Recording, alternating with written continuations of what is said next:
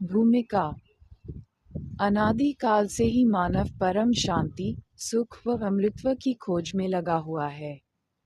वह अपने सामर्थ्य के अनुसार प्रयत्न करता आ रहा है, लेकिन उसकी यह चाहत कभी पूर्ण नहीं हो पा रही है।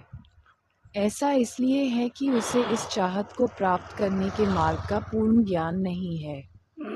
सभी प्राणी चाहते हैं कि कोई कार्य न करना पड़े, खाने को स्वादिष्ट भोजन मिले, पहनने को सुंदर वस्त्र मिले, रहने को आलीशान भवन हो, घूमने के लिए सुंदर पार्क हो, मनोरंजन करने के लिए मधुर दो संगीत हो, नाचे गाएं, खेले कूदें, मौज मस्ती मनाएं और कभी बीमार न हो, कभी बूढ़े न हो और कभी मृत्यु न होवे आदि तो। परंतु जिस संसार में हम रह रहे हैं, यहाँ न तो ऐसा कहीं पर नजर आता है और न ही ऐसा संभव है, क्योंकि यह लोक नाशवान है। इस लोक की हर वस्तु भी नाशवान है और इस लोक का राजा ब्रह्म काल है, जो 1,00,000 मानव सूक्ष्म शरीर खाता है। उसने सब प्राणियों को कर्म, भ्रम व पाप पुण्य रूपी जाल में उलझा कर 3 लोक के पिंजरे में कैद किए हुए है। कबीर साहिब कहते हैं कि कबीर 3 लोक पिंजरा भया, पाप पुण्य 2 जाल। सभी जीव भोजन भये, एक खाने वाला काल। गरीब एक पापी एक पुनई आया, एक है सून दलेर रे। बिना भजन कोई काम नहीं आवे, सब है जम की जेल रे। कर्म ब्रह्म कर्म सिद्धांत जैसा करोगे वैसा प्राप्त करोगे, भरोगे।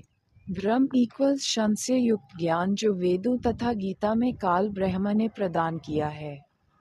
उदाहरणार्थ, फॉर एग्जाम्पल, गीता अध्याय 15 श्लोक 1 से 4 में तथा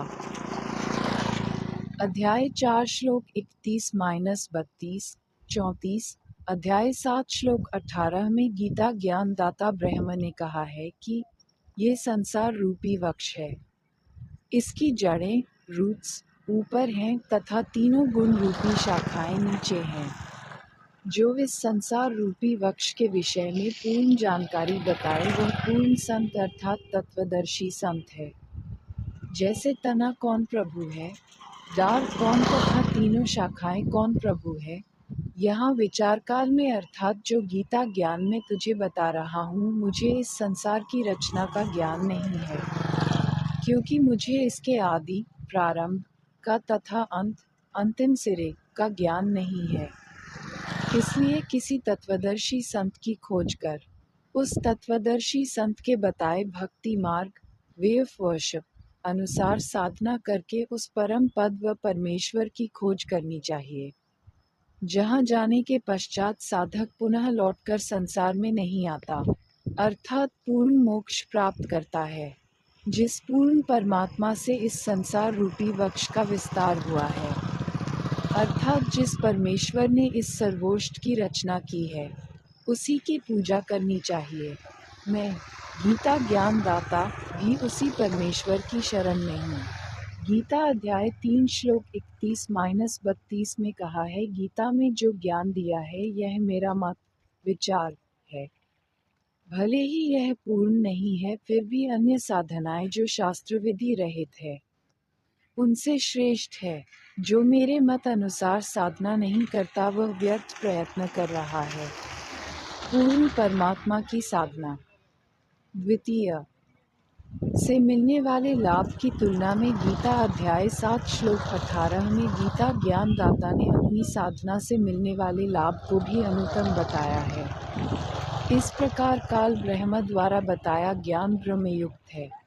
वह नहीं चाहता कि कोई प्राणी इस पिंजरे रूपी कैद से बाहर निकल जाए। वह ये भी नहीं चाहता कि जीव आत्मा को अपने निज घर सतलोक का पता चले।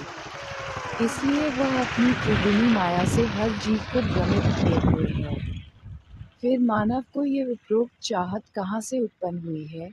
यहाँ ऐसा कुछ भी नहीं है। यहाँ हम सबने मरना है, सब दुखी व अशांत हैं। जिस स्थिति को हम यहाँ प्राप्त करना चाहते हैं, ऐसी स्थिति में हम अपने निज घर सतलोक में रहते थे। काल ब्रह्म के लोक में स्वेच्छा से आकर फंस गए और अपने निज घर का रास्ता भूल गए। कबीर साहिब कहते हैं कि इच्छा रूपी खेलन आया, ताके सुख सागर नहीं पाया।